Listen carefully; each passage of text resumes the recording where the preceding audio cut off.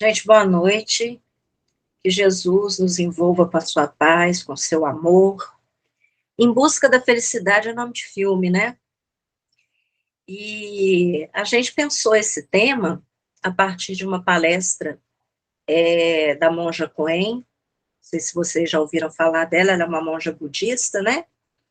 E eu estava escutando uma palestra dela ontem, eu achei muito interessante o trabalho desse tema, Em Busca da Felicidade. Só que nós baseamos, né, o estudo que nós vamos fazer hoje os livros, né, os livros espíritas, principalmente o Evangelho segundo o Espiritismo e o Livro dos Espíritos, né? E a gente vai iniciar, eu vou fazer duas perguntas para vocês, não precisa responder, mas gostaria que vocês pensassem na resposta para essas perguntas, tá? Primeira pergunta, você se sente feliz?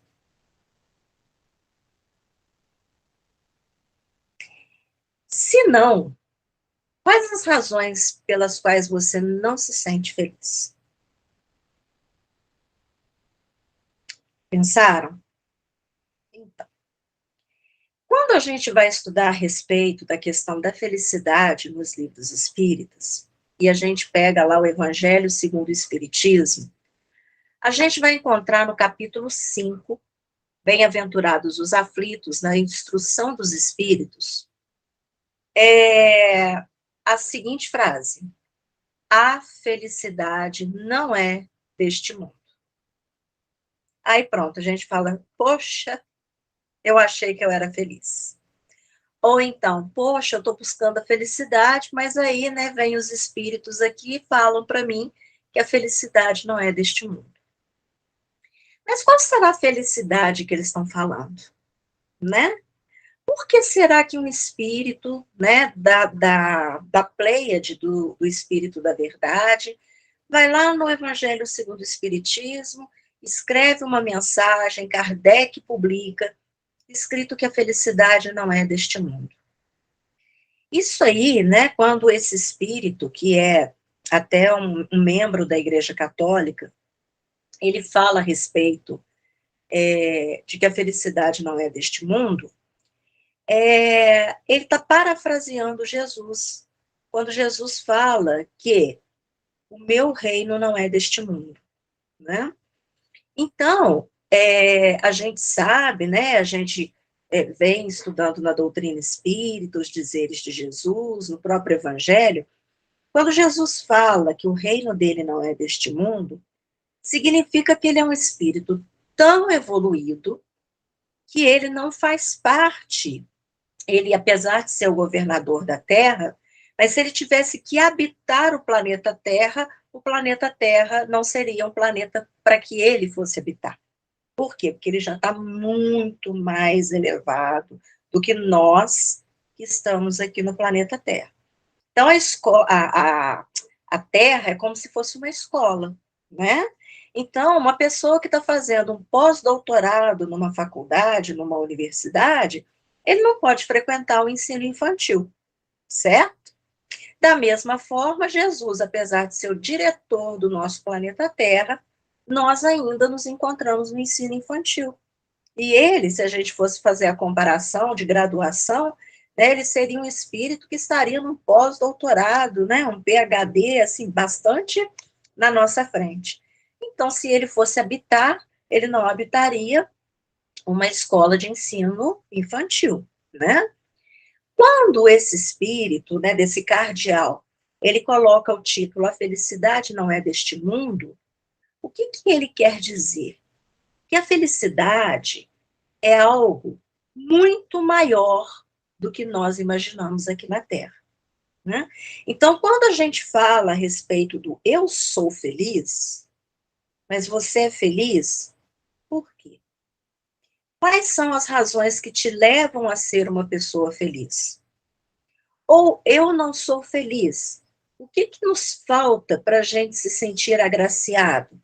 Para a gente sentir que a gente é feliz? Bom, cada um de nós pensou em alguma coisa. Só que ele diz que a felicidade está muito além daquilo que nós pensamos ser felicidade. A mesma coisa a gente pode dizer do amor, né? Será que nós aqui na Terra realmente entendemos o que é o amor? Será que nós aqui na Terra realmente sabemos o que é isso? Ou será que a gente só tem uma pálida ideia do que seja o amor? Né? Algumas pessoas dizem que o amor mais puro que existe no planeta Terra é o amor de mãe, né?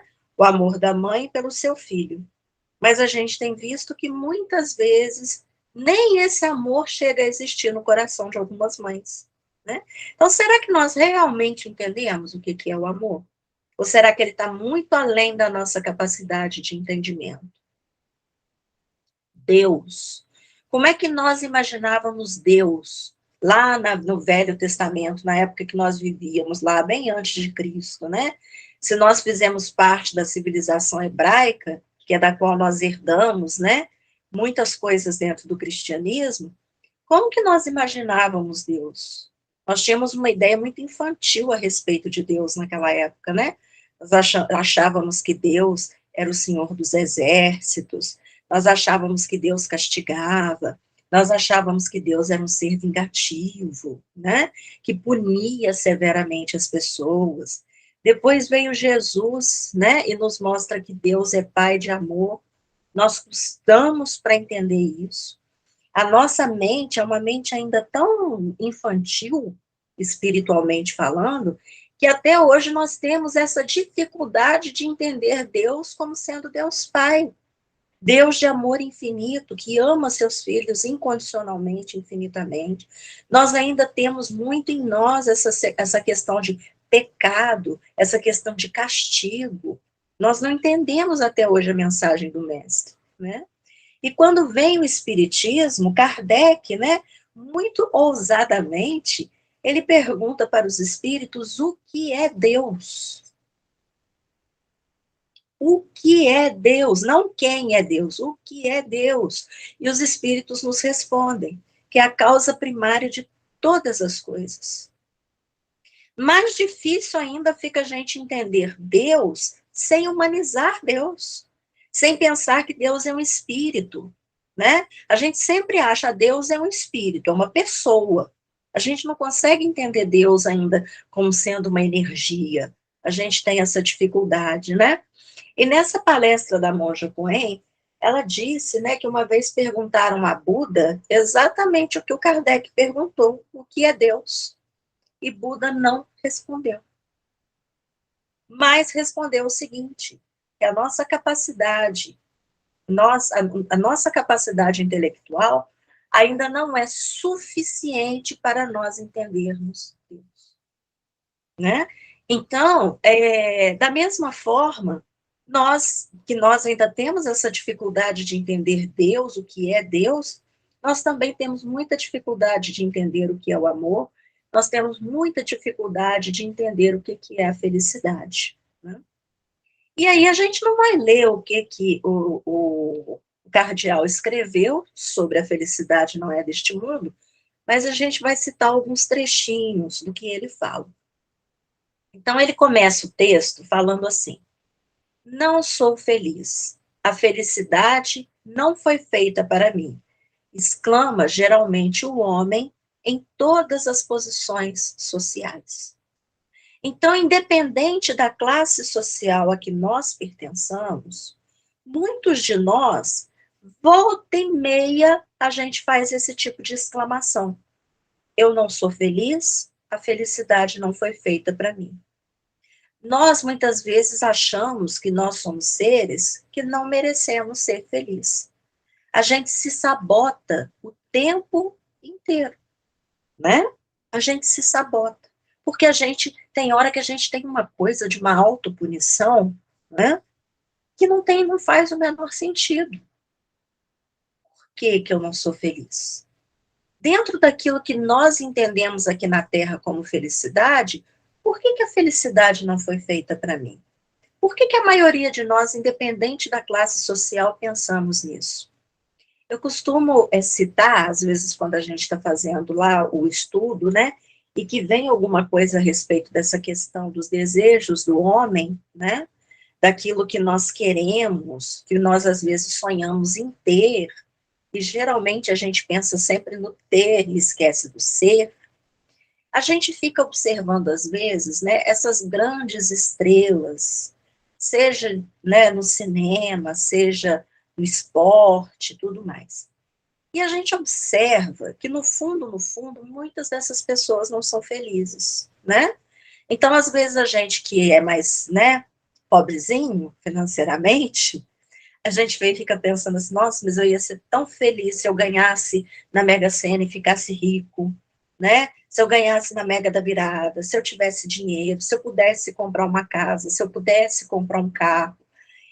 E a gente vê que muitas vezes pessoas que têm tudo isso com a maior facilidade do mundo, que às vezes tem tanto que não sabe nem o que fazer com tanta riqueza, geralmente essas pessoas não são felizes. Como que a gente sabe disso? Essas pessoas geralmente utilizam drogas ou têm problema com alcoolismo. Quantos artistas que a gente vê lá nos Estados Unidos, né? Aqui no Brasil também, mas os que se destacam, né, são os estadunidenses. Que a gente vê o quanto que essas pessoas muitas vezes se envolvem no mundo das drogas, quantas morrem por overdose. Mas espera aí, por que essa pessoa se envolve em drogas se ela é feliz? Se ela tem tudo? Para que serve a droga? Para que serve a bebida alcoólica na vida de uma pessoa? Geralmente, as pessoas que vão por esses caminhos, elas querem completar dentro de si algo que está faltando. E aí, de uma forma errônea, as pessoas acham que nos alucinógenos ela vai encontrar alguma felicidade, né?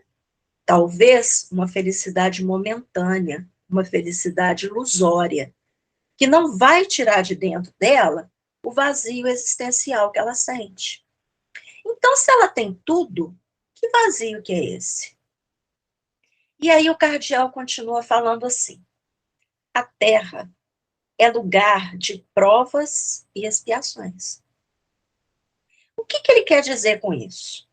Olha só, no livro dos Espíritos, a gente tem os espíritos fazendo a divisão dos mundos habitados, né? Então ele fala o seguinte, que o primeiro tipo de mundo habitado é o que nós chamamos de mundos primitivos. Então, quando a gente estuda história, quando a gente estuda paleontologia, arqueologia, a gente tem provas, né, que o planeta Terra já foi um mundo primitivo, que é um mundo onde reencarnam os espíritos que estão nas suas primeiras encarnações como seres humanos, né? Então, a gente teve, no decorrer daí dos tempos, a gente teve o Australopithecus, que até agora é o primeiro tipo homem, né, chamado hominídeo, que teve aqui na Terra, que tem uma similitude muito grande com os grandes primatas, que são o gorila e o chimpanzé. Então, a gente tem essas provas materiais de que o nosso planeta já passou por esse mundo primitivo. Já foi local de morada dos espíritos, já na fase humana, nas suas primeiras encarnações. Depois nós tivemos a evolução desses seres, né, pelo Homo erectus, o Homo habilis, o homem de Neandertal, até chegar na nossa raça atual, que é o Homo sapiens. Então, o nosso mundo, nosso planeta já foi primitivo. Essa é a primeira fase de classificação dos mundos habitados. Então, mundos primitivos, onde se dão as primeiras encarnações da alma humana. Depois dos mundos primitivos, nós temos os mundos de provas e expiações, do qual o planeta Terra faz parte e no qual o mal ainda predomina. Olha só, gente, nós estamos, vamos colocar assim, vamos fazer de novo essa comparação com a escola. Vamos pensar que o mundo primitivo é o maternal. É ali aonde a criança começa. Então, é ali onde o espírito começa o seu caminhar enquanto ser humano. Nós estamos, gente, no primeiro período do ensino infantil ainda. Maternal, primeiro período do ensino infantil, segundo ano do ensino infantil, Aí que depois começa. Primeiro ano do ensino fundamental, segundo do fundamental. Perceberam? Como é que a gente ainda está muito na infância espiritual? Nós estamos no primeiro período, já querendo passar para o segundo período, que seriam os mundos de regeneração. Então, a gente aí está na fase de transição, já estamos, né? Nessa fase de transição de mundos de expiações e provas para mundos regeneradores. E nesses mundos regeneradores, né, o Livro dos Espíritos diz, é onde as almas ainda vão expiar, mas elas buscam novas forças repousando das fadigas da luta. Então, é um mundo onde ainda vai existir alguns erros, porém, a grande maioria dos espíritos já vão estar em busca de um crescimento espiritual. Então, olha como que a gente ainda está lá na infância espiritual. Por isso, a felicidade ainda não é deste mundo. Porque, infelizmente, o mal em nós ainda prevalece. Quantos de nós já estamos conscientes da nossa necessidade de regeneração? Quantos de nós já estamos conscientes da necessidade que nós temos de melhorarmos as nossas condutas perante a vida? Regenerar é isso, não é? Regenerar é a gente sair de uma situação onde a gente anda errado para a gente começar a andar certo. Se a gente já está nesse caminho de conscientização, nós estamos no mundo de regeneração. Aqueles que não querem de forma alguma se conscientizarem disso e persistem em continuar fazendo mal, daqui a uns tempos eles não vão ser mais permitidos reencarnar aqui no planeta Terra, né? Eles vão para planetas que está começando a passar pelo processo de mundo primitivo para mundos de provas e expiações, né? Depois dos mundos regeneradores, aí sim, nós vamos ter os mundos felizes, onde o bem supera o mal. Então, aonde a grande maioria das pessoas são pessoas boas. Então, a gente ainda está muito longe desses mundos felizes, não estamos? Pois é. E depois a gente ainda tem o mundo celeste ou divino, que está muito mais para frente. Aí ele diz o seguinte, que a felicidade no planeta Terra ainda é uma utopia. O que é uma utopia? Utopia é uma crença que ela existe na nossa cabeça, ou ela existe no papel, mas que ela não existe de fato. Então, ele fala para a gente o seguinte, se você pensou que o que faz a sua felicidade é ter uma casa própria, isso aí é a felicidade de acordo com o planeta Terra. Se você acha que a sua felicidade é ter um bom emprego onde você ganhe bem, isso aí é a felicidade segundo o planeta Terra. Se você acha que a sua felicidade é poder sair para o centro da cidade, fazer compras, comprar roupas, sapatos, isso é a felicidade segundo o planeta Terra. Nós estamos vivendo agora, esses dias, o período do carnaval. O carnaval, ele está relacionado a quê? Alegria, certo? E aí as pessoas, então, é uma festa muito cultural, né? Cheia de cultura, cheia de tradições, mas que a grande maioria das pessoas acabam levando a situações, por exemplo, a pessoa vai, hoje eu vou sair no bloco, eu vou sair no bloco, mas aí a pessoa, ao invés de sair no bloco de cara limpa, o que a pessoa vai fazer? A pessoa vai beber, a pessoa vai usar drogas. Essa situação, muitas vezes, vai levar essa pessoa a entrar numa confusão, a entrar numa briga. Então, aquilo que deveria ser uma coisa legal, uma brincadeira, onde as pessoas se divertem, aquilo acaba virando uma coisa que as pessoas, às vezes, têm até medo de ir, né? Igual essa semana agora, a gente teve um óbito lá no Parque Alfa de uma pessoa que foi esfaqueada por outra, dentro ali do bloco, dentro das festas de carnaval, né? É um caso, mas a gente sabe de vários outros casos que vão acontecendo por aí. Então, são pessoas que a pessoa vai em busca da felicidade, né? Em busca de uma alegria, pelo menos uma vez por ano, né? Eu quero me divertir, mas de uma forma errada. Teve uma vez que eu fui numa festa de formatura de terceiro ano do ensino médio. Então, os meninos na faixa de 15, 16 anos, mais ou menos, né? Era da minha sobrinha. E a gente foi, um salão muito bonito, as meninas vestidas, né, com aqueles vestidos de festa, os rapazes de terno, todo mundo muito bonito. 11 horas da noite, estava tudo ok. Quando foi dando, né, 2h30 da manhã, as moças e os rapazes estavam dançando lá na pista de dança, e aí, de repente, você já vê uma moça de pendurada no pescoço do rapaz, passando mal, a outra vomitando, sujando aquele vestido bonito de festa todo, o outro rapaz já perdeu o sapato, não sabe nem onde é que está. Foi o momento que eu falei, hora de ir embora, né?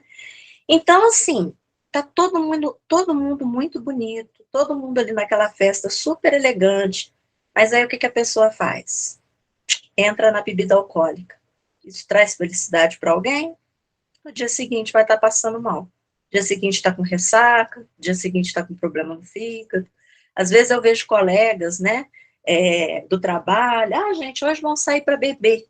Sair para beber, para no dia seguinte estar todo mundo ruim, né?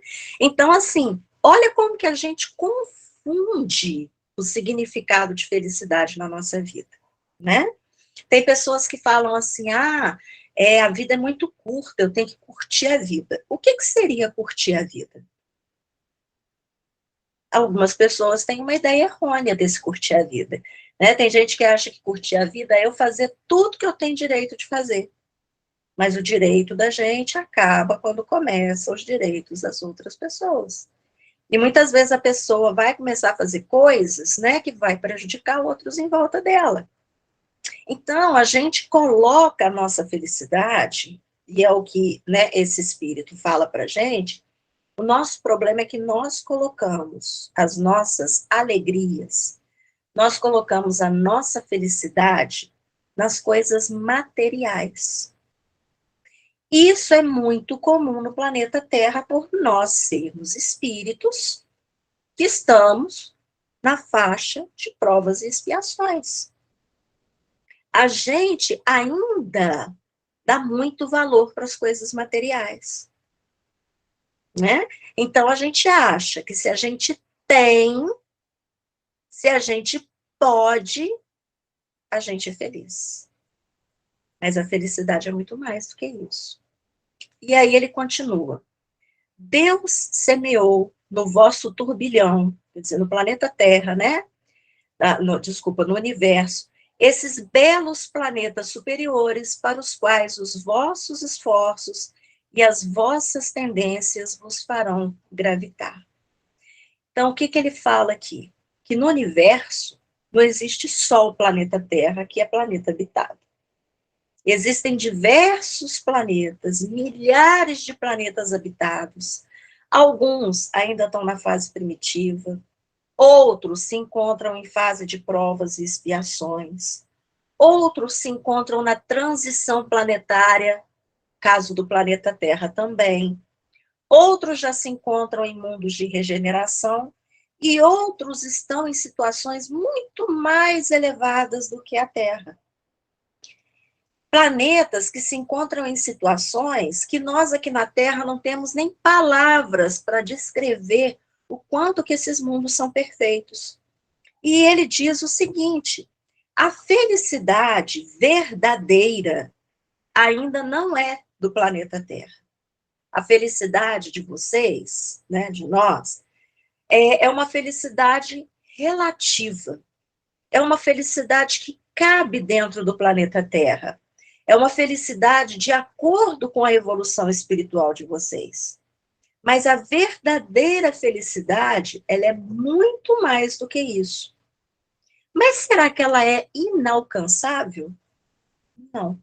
Porque todos nós, o que a doutrina espírita nos ensina? Que todos nós estamos destinados a ascender. Todos nós estamos destinados a crescer espiritualmente e virmos futuramente a habitar esses planetas mais felizes. Isso depende de quem? De nós. A velocidade com que nós faremos isso depende de quê? De nós. E a gente vai ter lá no Evangelho segundo o Espiritismo, a gente vai falar no finalzinho, algumas dicas de como conquistar a verdadeira felicidade. A gente já pode começar a fazer isso aqui na Terra. Quando perguntavam para o Chico Xavier, né, se ele era feliz, ele respondia, extremamente feliz.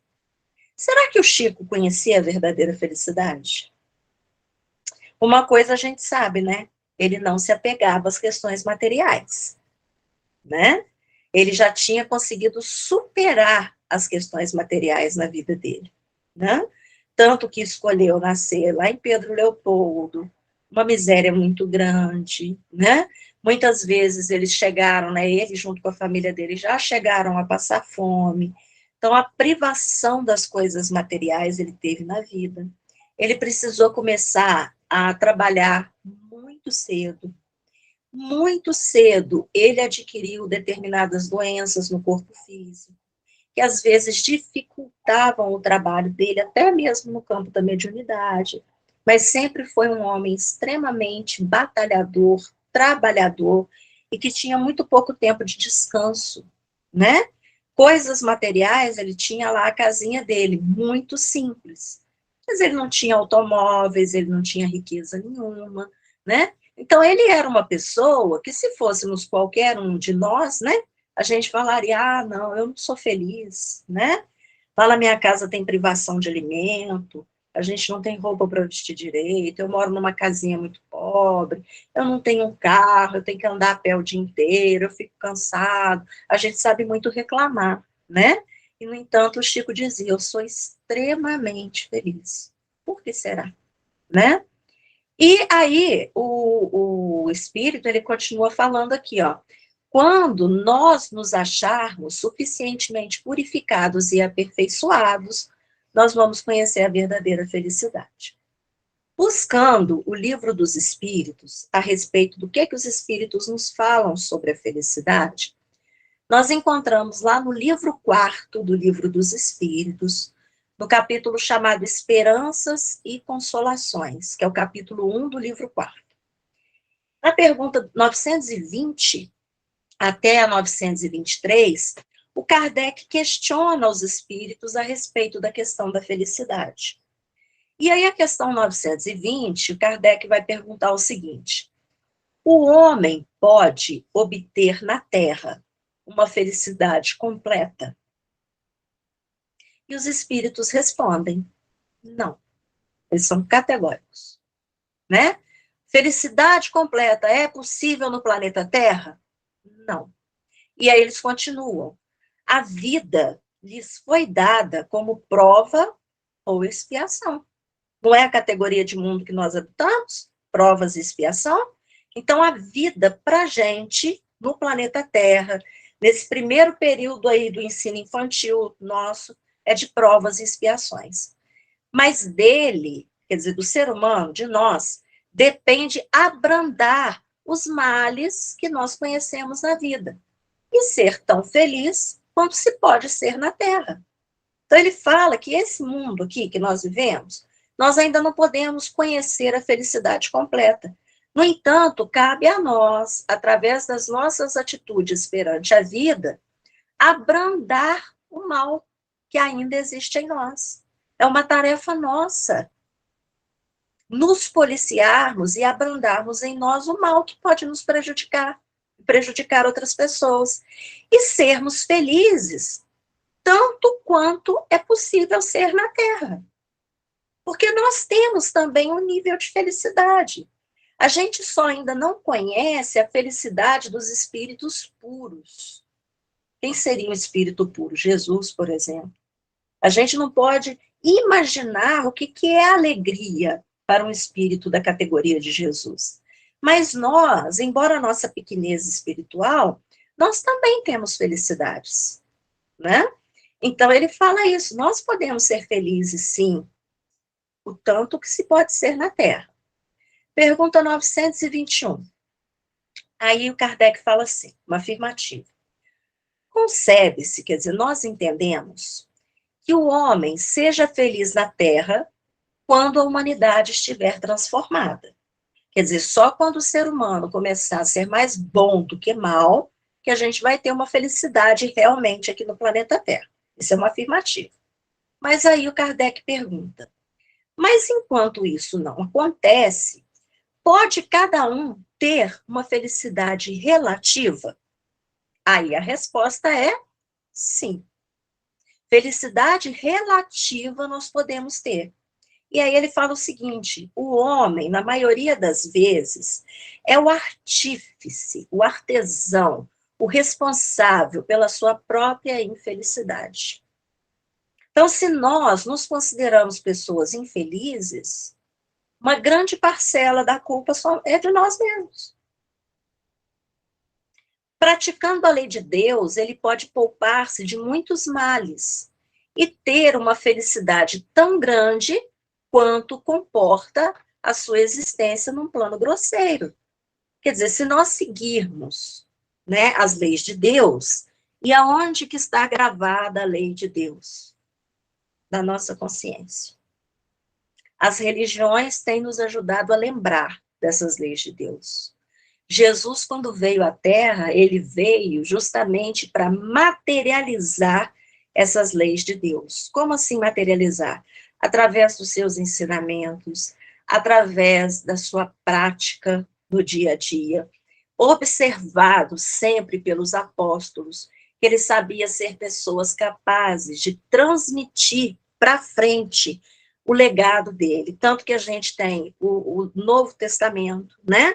De alguns evangelistas que conviveram com Jesus ou não conviveram, como foi o caso do evangelista Lucas, mas que através da narrativa dos demais apóstolos, escreveram, quer dizer, materializaram tudo aquilo que Jesus nos ensinou. E tudo que Jesus nos ensinou é a lei de Deus. E nós sabemos quando nós estamos fazendo certo ou não estamos fazendo certo, porque essa lei de Deus ela está gravada na nossa consciência. Quando nós acertamos, nós sabemos que estamos acertando. Quando nós erramos, alguma coisa nos incomoda, nos mostra, sabemos quando nós estamos fazendo errado. Então, né, os espíritos respondem que se a gente seguir as leis de Deus, a gente vai ser poupado de muito sofrimento. E aí, então, a gente pode gozar na Terra uma felicidade relativa, que é a felicidade de acordo com o nosso planeta, de acordo com a nossa evolução espiritual. Depois, na questão 922, Kardec fala o seguinte: então, a felicidade terrena é relativa à posição de cada um. Agora, materialmente falando, o que é suficiente para a felicidade de uma pessoa faz a desgraça de outro. Ou seja, o que às vezes para mim é suficiente, para uma outra pessoa aquilo para ele é uma pobreza, materialmente falando. Né? Então, vamos supor assim, a casa que eu moro numa casa pequena, certo? Se uma pessoa que já tem uma vivência numa casa grande, às vezes aquela pessoa tem fortuna e tudo mais, se do dia para a noite a pessoa empobrece e ela precisa vir morar na casa que eu moro, para mim essa casa é suficiente. Para mim isso aqui não é só a minha casa, é o meu lar. Mas essa pessoa, essa outra pessoa vai ficar incomodada de morar numa casa que não seja como a dela, como a que ela tinha, né?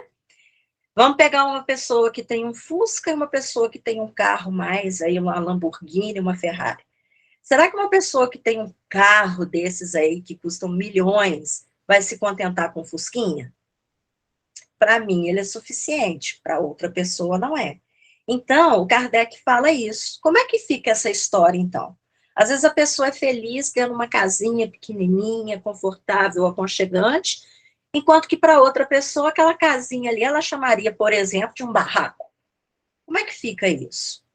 Aí o Kardec pergunta, existe uma medida comum de felicidade para todos os homens? Né? Será que existe alguma coisa que faz a felicidade de todas as pessoas, independente da classe social dela? E os espíritos respondem, para a vida material, é a posse do necessário. Mas na vida material é que acontecem essas confusões. Porque, às vezes, o que não é necessário para mim, para uma outra pessoa é. O que, às vezes, para mim é supérfluo, para uma outra pessoa aquilo vai ser extremamente necessário. Então, enquanto a nossa felicidade ela está ligada a coisas materiais, essa felicidade sempre vai ser muito relativa. Mas, para a vida moral, quer dizer, para a vida do espírito, o que nos leva à felicidade é a consciência pura e a fé no futuro. Olha como é que ele já começa a dar um direcionamento para a gente, ó. A gente quer ser realmente feliz? Não coloquemos a nossa felicidade em coisas materiais. Por quê? Porque o que é material acaba. O que é material vem, mas também pode ir. Né? O que é material pode ser roubado, pode ser retirado de nós. Se nós nos apegamos muito a questões materiais e a gente desencarna de uma hora para outra, a gente ainda vai ter, né, aquela situação de ficar ainda apegado a essas coisas materiais que nós cultuamos durante toda a nossa vida. Né? Às vezes eu fico pensando na situação dessas pessoas que são extremamente vaidosas com a beleza, né? Essas mulheres que às vezes não aceitam envelhecer, que gastam milhões de dinheiros com cirurgias plásticas e nem sempre a cirurgia plástica resolve a situação, às vezes fica pior do que se tivesse deixado envelhecer naturalmente, né? Os fisiculturistas, às vezes eu fico pensando, essa gente na hora que desencarnar, que dificuldade que vai ser para o plano espiritual fazer esse desencarne, né? Que as pessoas são muito apegadas às questões materiais. E se você perde aquilo, você se torna uma pessoa extremamente infeliz. Jesus falava que é para a gente não guardar o nosso tesouro na terra. Não tem essa passagem bíblica? Né? Não guardei vossos tesouros na terra, aonde a traça e a ferrugem podem corroê-los. Quer dizer, não coloca a sua felicidade, o seu tesouro nas coisas materiais, mas nas coisas celestiais. O que são as coisas celestiais? São as coisas da alma. Que a única coisa que nós levamos quando nós desencarnamos é quem nós somos, e não o que nós temos. Né? Por isso que às vezes a gente vê, né, tantos espíritos lá no plano espiritual, que às vezes já tem anos ou até séculos de desencarnados, e esses espíritos estão sofrendo no mundo espiritual porque perderam o contato com a matéria, perderam o contato com as coisas materiais que eles possuíam, com as riquezas, né? Então, ele nos aconselha, já começa a nos mostrar o caminho para a vida moral ou a vida espiritual, a consciência pura, a consciência tranquila e a fé no futuro. Tem uma frase que a gente de vez em quando escuta, né, de algumas pessoas que falam assim: nossa, não tem coisa melhor na vida do que a gente botar a cabeça no travesseiro para dormir à noite e a gente está com a consciência tranquila. Essa é uma das maiores verdades que eu já ouvi na minha vida. Realmente, você chegar no seu momento de repouso, literalmente, você poder colocar a cabeça no travesseiro e dormir tranquilo, não existe coisa melhor, né? E a fé no futuro seria essa fé, né, na vida futura, de que as coisas vão melhorar, né, de que nós não fomos criados para o sofrimento, nós fomos criados para a perfeição. E na questão 923, que é a última aqui do Livro dos Espíritos, que a gente vai analisar juntos, Kardec fala o seguinte: aquilo que seria supérfluo para um não se torna necessário para outro e vice-versa, segundo a posição. Então, ele está perguntando, né? O que é supérfluo para um pode não ser necessário para outro, né? E aí os espíritos dão uma resposta que eu vou transformar numa figura. Eu não tenho a figura aqui para mostrar para vocês, mas vocês podem imaginar. É uma figura que eu vi uma vez na rede social, que é assim: tem um rapaz em frente de um bolo de aniversário enorme. Aí alguém vem, corta ali um pedaço de bolo e dá para esse moço. Aí ele fala assim: nossa, que bom que eu tenho um pedaço do bolo. É uma afirmativa positiva. Na tirinha de baixo, tem uma outra pessoa olha para aquele bolo, que já foi cortado um pedacinho, e fala, poxa, está faltando um pedaço do bolo, né? Ou seja, você tem todo aquele bolo para você, mas você está infeliz porque faltou um pedacinho. Ou seja, será que nós analisamos a nossa vida para perceber que essa felicidade relativa que nós podemos ter no planeta Terra está nas nossas mãos? Será que a gente, quando acorda, né, de manhã, a gente observa o nosso ambiente, a gente observa em volta da gente, e a gente pensa, que bom que eu acordei, que bom que eu estou com saúde, que bom que eu acordei continuando a enxergar, que bom que eu posso me movimentar, que bom que eu tenho um teto para cobrir minha cabeça, muitas vezes lá fora está chovendo, uma chuva tórrida, uma chuva forte, e a gente tem alguma coisa para cobrir a nossa cabeça, um teto onde se abrigar. Que bom que eu tenho uma cama para dormir, que bom que eu tenho um pão com café para tomar de manhã. Ou seja, a gente agradecer a todas as coisas que a gente tem. A gente tem uma máquina maravilhosa que é o nosso corpo humano, que tem um funcionamento perfeito. E a gente agradece isso. A nossa capacidade de raciocínio, o nosso dom da fala, né? Então, a gente sabe muito reclamar, mas isso faz a nossa infelicidade. Essa reclamação que a gente coloca em tudo é o que faz a nossa infelicidade, né? É como o moço que viu um bolo enorme, um bolo de aniversário muito gostoso, enorme na frente dele, mas ele está colocando a atenção dele no pedaço que está faltando. Nós somos assim. Nós não agradecemos pelo pedaço que nós temos. Aí eu pergunto para vocês: será que existe então uma receita para a felicidade? E aí a gente vai encontrar essa receita? Tem sim, tá, gente? A gente vai encontrar essa receita no Evangelho segundo o Espiritismo, capítulo 17, Sede Perfeitos. Qual que é a nossa destinação? Ser perfeito. É óbvio, gente, que a natureza não dá pulos, né? Então, a gente não vai sair do primeiro ano do ensino infantil e parar lá na universidade fazer um pós-doutorado de uma hora para outra. A gente precisa cursar todas as séries. Isso significa evolução até a gente chegar onde a gente quer. Mas é uma certeza. Nós, um dia, seremos espíritos perfeitos, responsáveis por todo o funcionamento do universo, talvez responsáveis por um planeta como Jesus é responsável pelo planeta Terra hoje.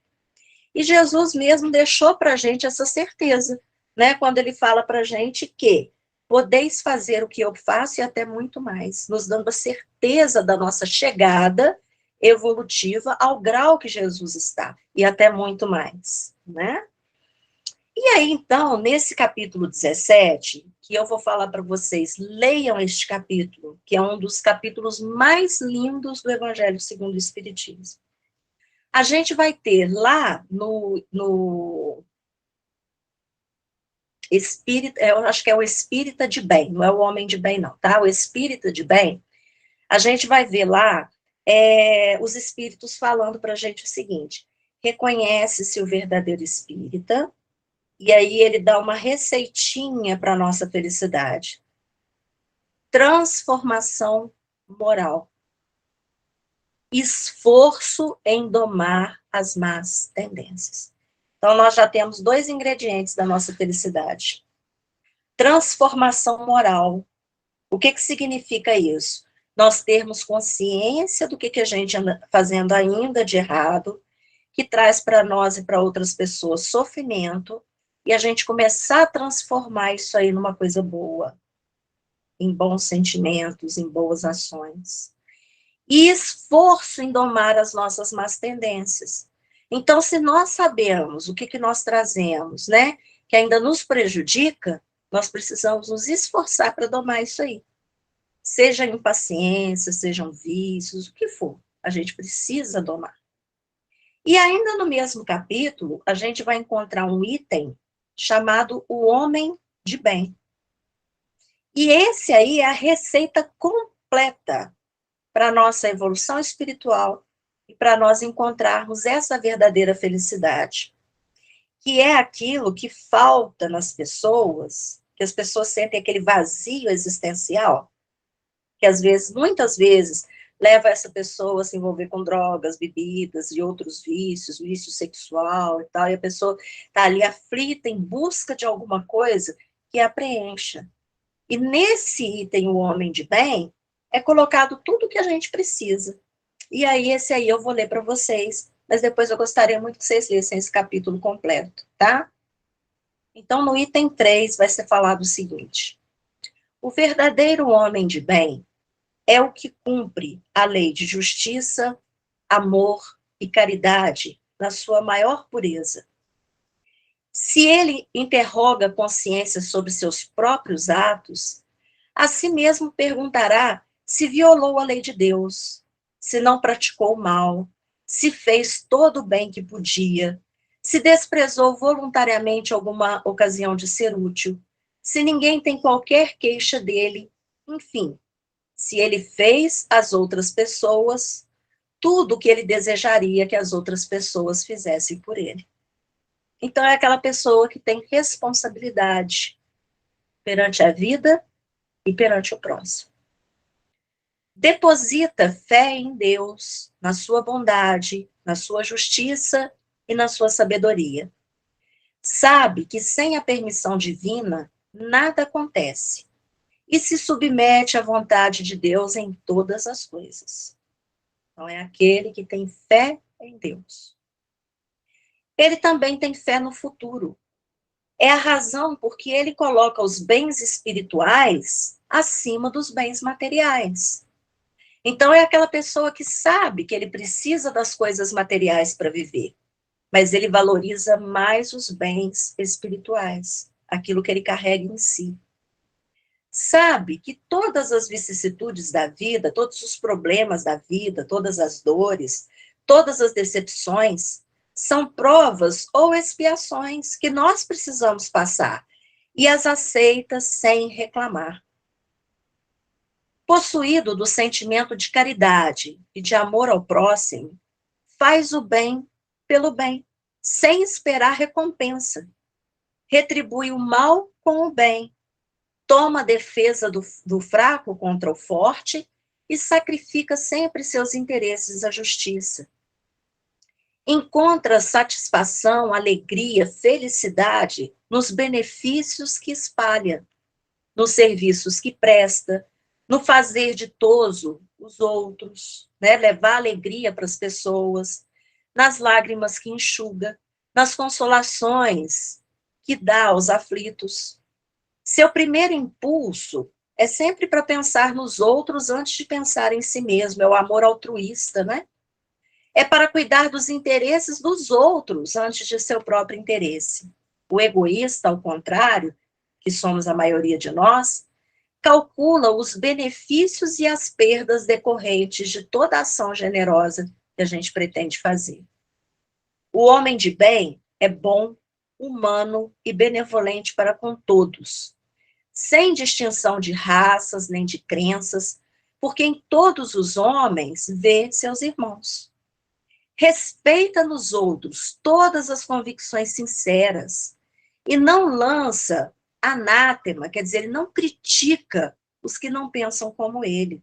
Ele respeita as opções das outras pessoas, ainda que ele não concorde, e não critica, né? Em todas as circunstâncias, toma por guia a caridade, tendo como certo que aquele que prejudica outra pessoa com palavras malévolas, que fere com orgulho e seu desprezo a outras pessoas, que não recua à ideia de causar um sofrimento ou uma contrariedade em alguém, ainda que ligeira, quando pode evitar, falta o dever de amar o próximo e não merece a clemência do Senhor. Não alimenta ódio, nem rancor, nem desejo de vingança.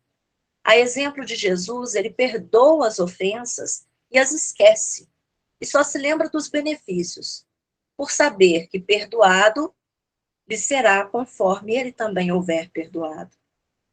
É indulgente para as fraquezas alheias, porque sabe que ele também necessita de indulgência. E tem presente na mente essas palavras do Cristo: atire-lhe a primeira pedra aquele que se achar sem pecado. Nunca se compraz em rebuscar os defeitos dos outros, nem ainda em evidenciar esses defeitos. Se a isso ele se vê obrigado, ele procura sempre o bem que possa atenuar o mal. Ou seja, não fala mal dos outros. Estuda suas próprias imperfeições e trabalha incessantemente em combatê-las. Todos os esforços emprega para dizer no dia seguinte: hoje eu estou melhor do que ontem. Não procura dar valor ao seu espírito nem aos seus talentos à custa dos outros, mas aproveita todas as ocasiões para fazer ressaltar o que seja proveitoso nas outras pessoas. Não se envaidece da sua riqueza, nem de suas vantagens pessoais, por saber que tudo que lhe foi dado pode lhe ser tirado.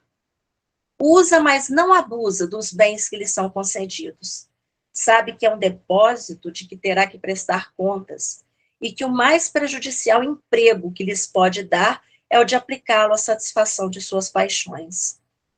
Se a ordem social, se a organização social colocou sobre o seu mando outros homens, se ele é chefe, ele trata esses homens com bondade e benevolência, porque são seus iguais perante Deus.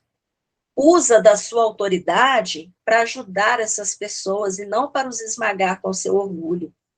Evita tudo que lhes possa tornar mais penosa a posição subalterna em que se encontram. E se esse homem de bem for subordinado, for empregado de alguém, ele compreende os deveres da sua posição e tem a responsabilidade de cumprir e se empenhar conscienciosamente de todas as suas obrigações. Finalmente, o homem de bem respeita todos os direitos aos quais os seus semelhantes dão as leis da natureza, como quer que sejam respeitados também os seus direitos. E aí os espíritos falam assim: não ficam assim enumeradas todas as qualidades que distinguem um homem de bem, mas aquele que se esforce por possuir essas que nós acabamos de mencionar, no caminho correto se acha, que a todas as outras virtudes conduz. E com certeza, se nós pegarmos esse homem de bem e colocarmos ele na nossa vida todos os dias, e nós começarmos a nos esforçar para ser uma pessoa assim, nós vamos preencher esse vazio existencial que nós encontramos muitas vezes em nós. Jesus nos abençoa e que nós possamos ser felizes, agradecidos, alegres, distribuindo coisas boas para os outros. Já é um caminho aqui do homem de bem. Muito obrigada.